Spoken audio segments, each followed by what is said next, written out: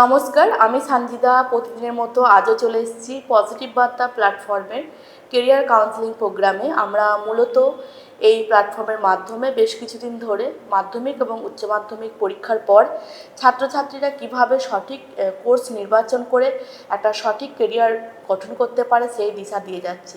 তো আজও সেরকম আমরা একজন বিশেষ অতিথির সঙ্গে কিছুক্ষণ সময় কাটাবো, আলোচনায় থাকবো।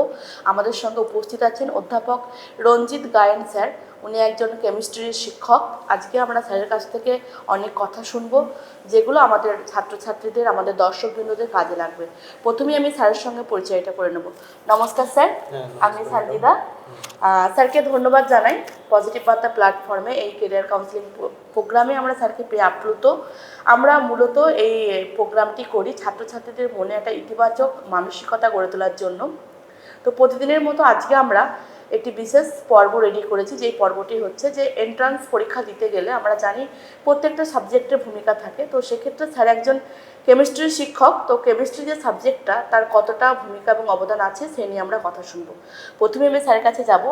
স্যার, কতদিন আপনি এই প্রফেশনে যুক্ত, শিক্ষকতার সঙ্গে?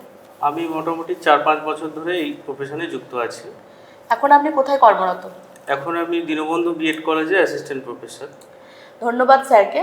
তো স্যার, আজকে আমাদের দর্শকবৃন্দরা অনেকেই নার্সিং নিয়ে কোয়েশ্চেন করেছিলেন, যেখানে তারা বারবার জানতে চাইছিল, যেহেতু সায়েন্সের মধ্যে কেমিস্ট্রিটা একটা পড়ে, তো কেমিস্ট্রি সাবজেক্টটা এন্ট্রান্সের কতটা জুড়ে থাকে?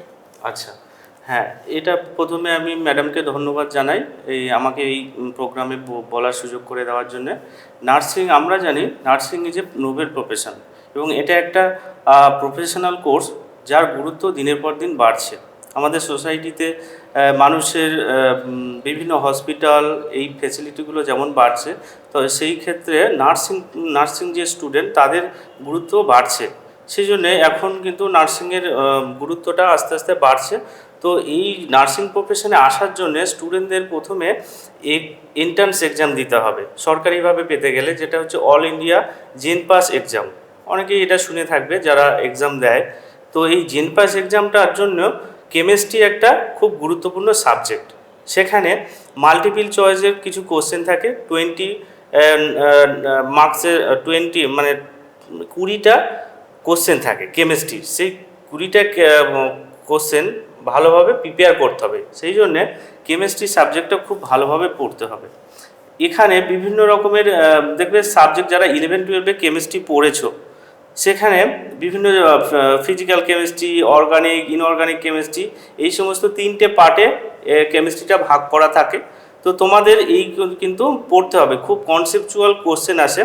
হ্যাঁ, কিন্তু একটু যদি তোমরা মানে খুঁটিয়ে খুঁটিয়ে পড়ো এবং কনসেপচুয়াল ব্যাপারগুলো তোমরা যদি তৈরি করতে পারো, দেখবে এটা অনেকটা ইজি লাগবে তোমাদের কাছে।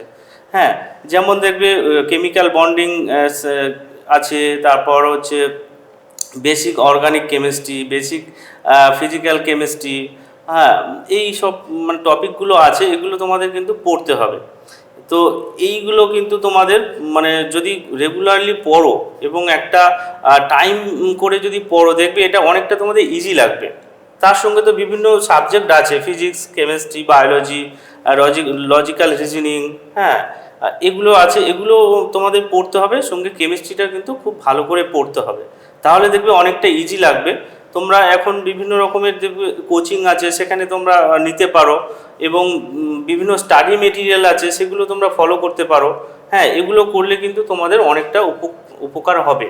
তো দেখবে তোমাদের এই যে নার্সিং প্রফেশনে আসার যে উদ্যোগটা এবং তোমাদের যে ইচ্ছাটা কিন্তু মানে পরিপূর্ণ হবে। তো তোমরা ভালো করে প্রিপারেশান নাও, দেখবে কেমিস্ট্রিটা দেখবে তোমাদের অনেকটা ইজি লাগবে। এটুকুই ম্যাডাম। ধন্যবাদ স্যারকে। আমরা স্যারের কথা শুনলাম। অবশ্যই প্রথম যে বিষয়টা স্যার বললেন, যে প্রথমে বিষয়টাকে নিখুঁতভাবে পড়তে হবে এবং সে বিষয়ে জ্ঞানটা অর্জন করতে হবে। আর কেমিস্ট্রি যেহেতু একটা ভালো একটা সাবজেক্ট, ভালো একটা টপিক, সেক্ষেত্রে শুধুমাত্র এন্ট্রান্স দিতে গিয়ে তোমাদের কাজে লাগবে না। তোমরা বিভিন্ন ধরনের যে পরীক্ষাগুলো, এক্সামগুলো দেবে, সেক্ষেত্রে কিন্তু কেমিস্ট্রিটা তোমাদের কাজে আসবে। তো সেক্ষেত্রে সেভাবে তোমাদেরকে পড়াশোনাটা করতে হবে। এর পাশাপাশি স্যারকে আমি বলবো যে স্যার, যদি যারা এন্ট্রান্স পরীক্ষা দিচ্ছে আর কি, তারা তো যেহেতু একদমই বাচ্চা, তো তাদের উদ্দেশ্যে তারা যে প্রিপারেশন নিচ্ছে, একটু যদি কিছু বলেন। হ্যাঁ, একদম যারা মানে ফার্স্ট মানে প্রিপারেশনটা শুরু করেছো, তা প্রথমে 11-12 লেভেলে তোমাদের কেমিস্ট্রিটা মানে ভালো করে বইটা মানে পড়তে বলবো। একেবারে বেসিক লেভেলে তোমরা খুব ডিটেলসে দরকার নেই, বেসিক কনসেপ্টগুলো তোমরা তৈরি করবে এবং মাল্টিপল চয়েস যে কোশ্চেন আছে সেগুলো তোমরা মানে তৈরি করবে, মানে ডে টু ডে মানে একটা রুটিন করে তৈরি করবে। দেখবে ওগুলো কিন্তু তোমাদের অনেকটা কাজে আসবে। হ্যাঁ, বা যারা দেখবে জয়েন্ট এন্ট্রান্স বা বিভিন্ন নিট এক্সাম দিচ্ছ, তারা যদি প্রিপারেশন মানে যেভাবে নিচ্ছ সেভাবেও নার্সিংয়ের জন্যও তোমাদের কাজে লাগবে। তো এইভাবে কিন্তু মানে ডে বাই ডে তোমরা নিজেদেরকে ডেভেলপ করতে পারবে। বা বিভিন্ন কোচিং সেন্টার আছে, বিভিন্ন স্টাডি মেটেরিয়াল আছে, সেগুলো তোমরা ফলো করতে পারো। দেখবে এগুলো তোমাদের একটা রেগুলার বেসিসে যখন প্রিপারেশানটা নেবে, দেখবে এই যে এন্ট্রান্স এক্সামটা তোমাদের কাছে অনেকটা ইজি লাগবে। তো এইভাবে বলবো আমরা, তোমরা একটু প্রিপারেশন নাও, দেখবে অনেকটা ইজি লাগবে এবং তোমাদের যে টার্গেটটা ফুলফিল হবে। এটুকুই ম্যাডাম। ধন্যবাদ স্যারকে। খুব সুন্দর এবং সাবলীলভাবে স্যার বললেন। অবশ্যই তোমাদের যেটা করতে হবে সেটা নিয়মিত পড়াশোনা করতে হবে এবং সঠিক টার্গেট বেসিসে পড়াশোনাটা করতে হবে। তোমরা সেভাবেই পড়াশোনা করো এবং প্রচুর বইপত্র ঘাঁটো এবং নিজেদের মতো করে বিষয়গুলোকে গুছিয়ে নিয়ে পড়াশোনা করো এবং অবশ্যই তোমাদের জন্য শুভকামনা। তোমরা এই কেমিস্ট্রি সাবজেক্টটা নিয়ে আমরা আরও কোচিং ক্লাস দিচ্ছি। আমাদের যে ক্লাস হচ্ছে পজিটিভ বার্তা প্ল্যাটফর্ম থেকে অনলাইন ক্লাস আমরা প্রত্যেক দিন করাই 12টা থেকে 12টা 40 অবধি।